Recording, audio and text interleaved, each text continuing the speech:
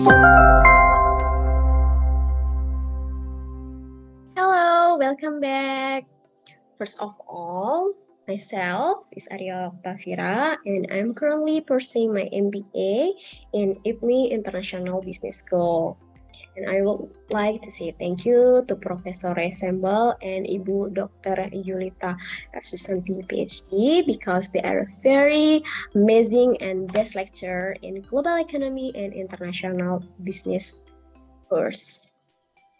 So today I will tell you a little bit my journey in 8 weeks of taking global economy and international business course in IPMI. So I'm taking the videos not at one time, but the day after the course, which is I taking 7 or 8 videos. So please enjoy the different background, different phases of mine, and different time.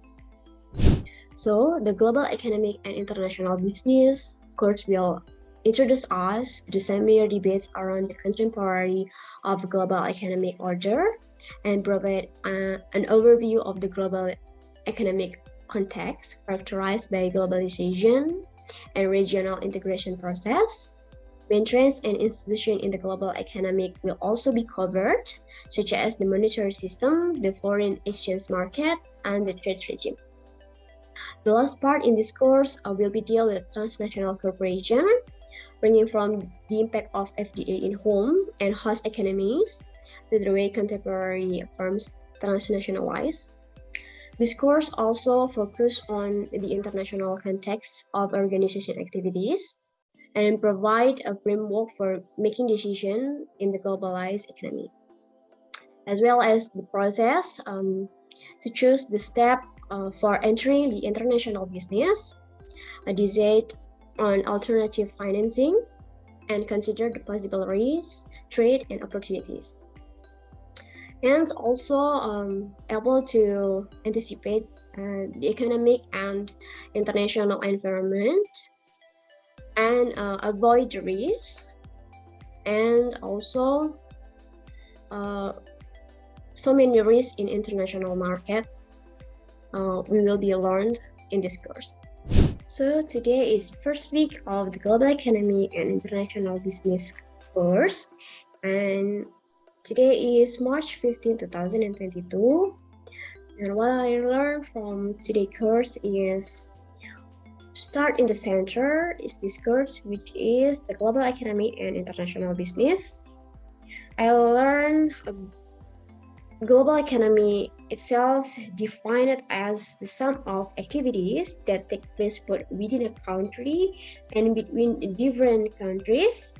Each country is a separate unit with its own industrial production, labor market, financial market, and resources and environment.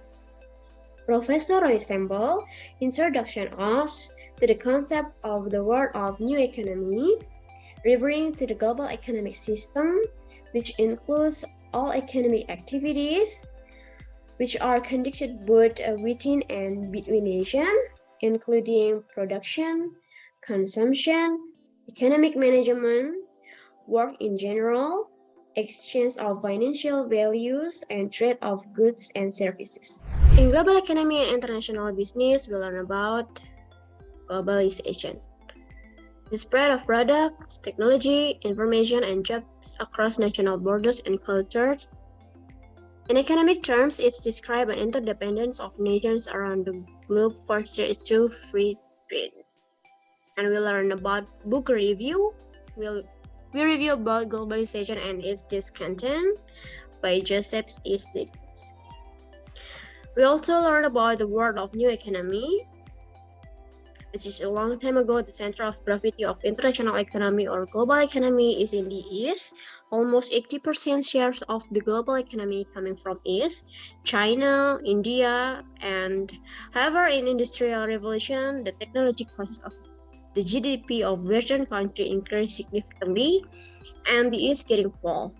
But after World War, it's getting rise again, and the rest of Japan, South Korea, India, also Indonesia. Old economy to new economy. is digitalization plus capital mobility plus liberalization plus global growth becoming new economy. And there are three pillars of the new economy. Cost reduction. For Industrial Revolution 1 and 2, the cost reduction is mainly the transformation cost, physical, from the raw materials until the finished good. And then for Industrial 3 and 4, the most interaction cost is human to human, human to machine, and machine to machine. And then the customer will have the better choices, easy contact with company. And then from the macroeconomic point of view, there will be competition and transparency. Customer can always choose and see performance of company. If company can give affordable and acceptable price and goods or service, customer will move into another company. And the main impact will be higher potential return if you can take advantage of that. However, the risk is also high if you cannot take advantage of these three pillars. And because of this, we face VUCA: volatility, uncertainty, complexity, and ambiguity.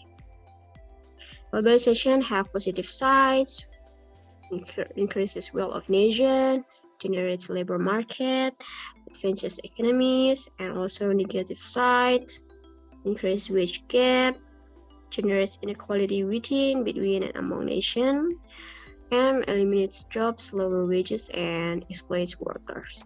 So, yesterday is the second week of Global Economy and International Business course, which is March 22, 2022. And today is the day after yesterday at 2 a.m. in the morning, and I will sharing a little bit about yesterday's course. I learned about global trade and the first theories about tariff and quotas. And tariff is a tax imposed by one country on the goods and services imported from another country. And quotas is a physical limit on import quantity. And quota comes in many forms. For example, import licensing requirement or voluntary export restraint. And the analysis of tariffs and quotas is called commercial policy. For example, the effect in the steel market of tariff or quotas on steel. It is called partial equilibrium analysis. Examines the effect of policy action only for one good at a time. Tariff and quotas also have effect that spreads through the economic system. Week 2, we learn about global trade. First is tariff and quotas. It causes change in the production, consumption, and importation of the goods on which they are levied. And there are changes in other industry and on the performance of the economy, as well as the effect rule to the system. And which one better? I think in general, tariff is better because of price mechanism. But in some emergency situation, we can apply a quota also. Commercial policy is about analysis of tariffs and quota. And then we learn about consumer surplus. Is the value of the good or service that in excess of what the consumer has to pay. And then producer surplus is the difference between how much a person will be willing to accept for a given quantity of goods versus how much they can receive by selling the good at the market price. Then competitive market is a structure in which no single consumer or producer has the power to influence the market. And then we also learn about international trade and labor and environmental standard, which is absolute advantage versus comparative advantage. It is some countries are better equipped than others to produce particular goods or service. And we also learn about international opportunities, which is have investment opportunities and financing opportunities. Then we also learn about NEC versus New Balance case. Yesterday is March 29, 2022, which is week 3 of Global Economy and International Business course. And what I learned from yesterday's class is about international finance management. International finance management is a section of financial economics which deals with the macroeconomic relation between two countries and their monetary transaction. The concept like interest rates, exchange rates, FDA, FPA, currency prevailing in the trades come under this type of finance. Aims to maximize the profit of the organization by making correct investment decisions. In week 3, we learn about international finance management. Little flashback about before is Schrodinger's cat, which is there are two coexistence, two things, the S-curve. The old S-curve is still there, and the new S-curve, all digital economy business, does not start from on top the old S-curve. It is start below, so there is transition era. There are two phenomena coexist, and that's called phenomena of creative destruction. And we also learned before about indicator of globalization, and the example is McDonald's. Half over a McDonald's restaurant are located overseas, and which is the globalization strategy of McDonald's. We also learned before about absolute versus comparative advantage, and about international opportunities, which have investment opportunities and financing opportunities. And we also learn about foreign exchange market, which is all form of internationally traded monies, including foreign currencies, a bank deposit, check, and electronic transfers, and the global marketplace for buying and selling national currencies. And we also learn about international finance management task, which is have just a capital structure, raise fund for the firm, and working capital and cash flow management, capital budgeting, and managing currency risk, and manage the diversity of international accounting and tax practice. We also learn about international taxation, which is have a direct tax, indirect tax, and sales tax. And then we learn about international monetary and financial environment. We learn about global financial crisis, and we learn it from case studies, subprime mortgage, which is the crisis in 2007 until 2009. Yes, this is subprime crisis anatomy. And then we also learn about exchange rate system. Then we learn about risk in international business, which is cross-cultural risk, commercial risk, country risk, and currency or financial risk. Just finished today's course, which is today is week 4, April 5, 2022. And today class discuss about international issues on global economy, and Professor Roy Sembel gave us time about 90 minutes to discuss topic about trade war, global pandemic, digital era, green or climate issues, and Russia and Ukraine war. And each group have different topic, and my group gets digital. In week 4, we learn about international issues in global economy, and this is the issues. First is trade war, global pandemic, digital era, green or climate issues, and Russia and Ukraine war. Our group have a digital era on international business issues.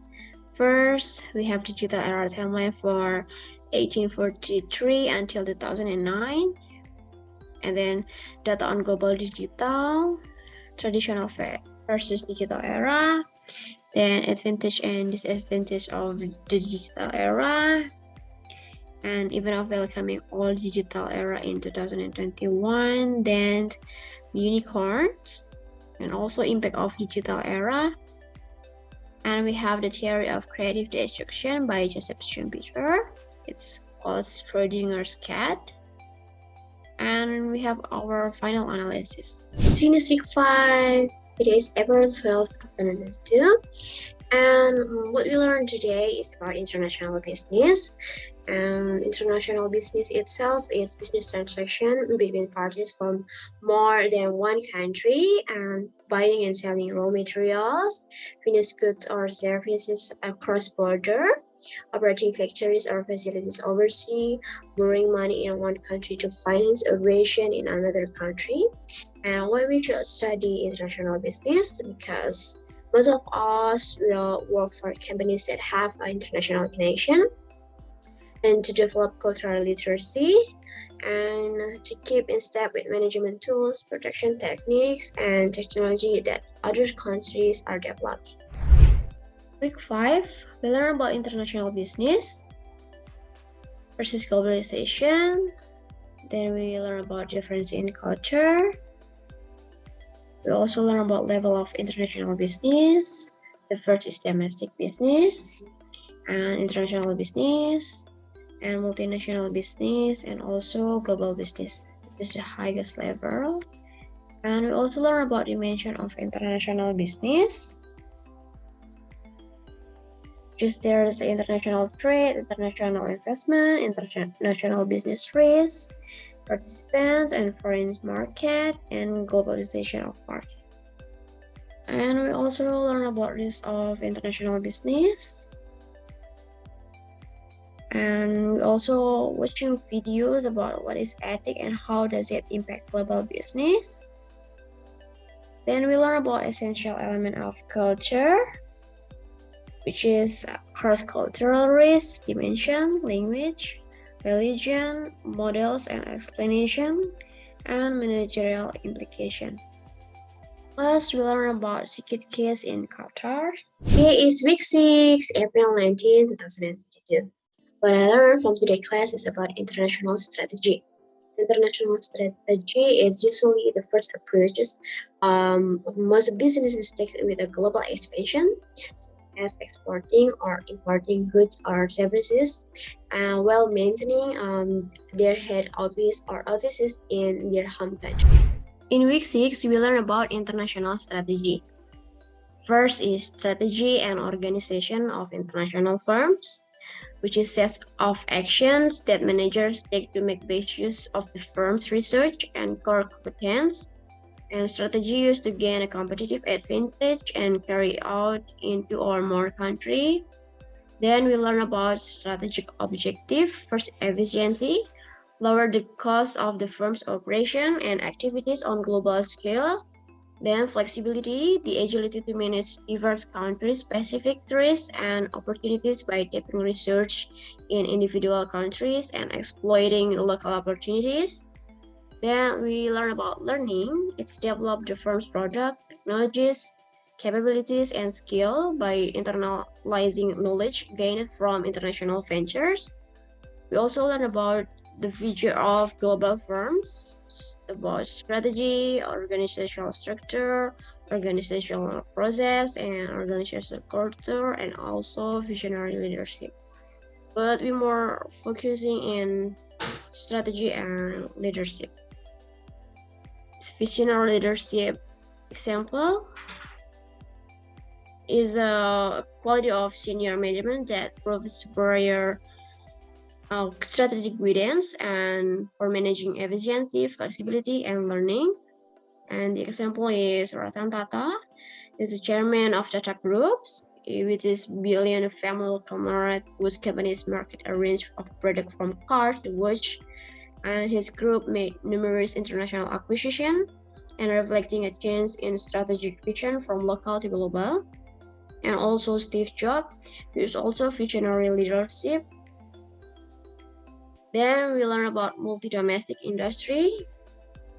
Is the term describes a set of strategies used by companies that operate in more than one country at a time, and is industry as processes, food, consumer goods, fashion, retailing, and publishing usually cater to specific condition in its country where they do business.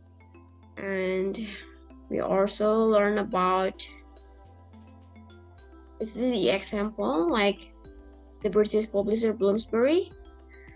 And we also learn about Coca-Cola, a beverage company, produce various brands and also the market worldwide. And KFC. And we also learn about global industry. is an industry in which competition is on a regional or worldwide scale.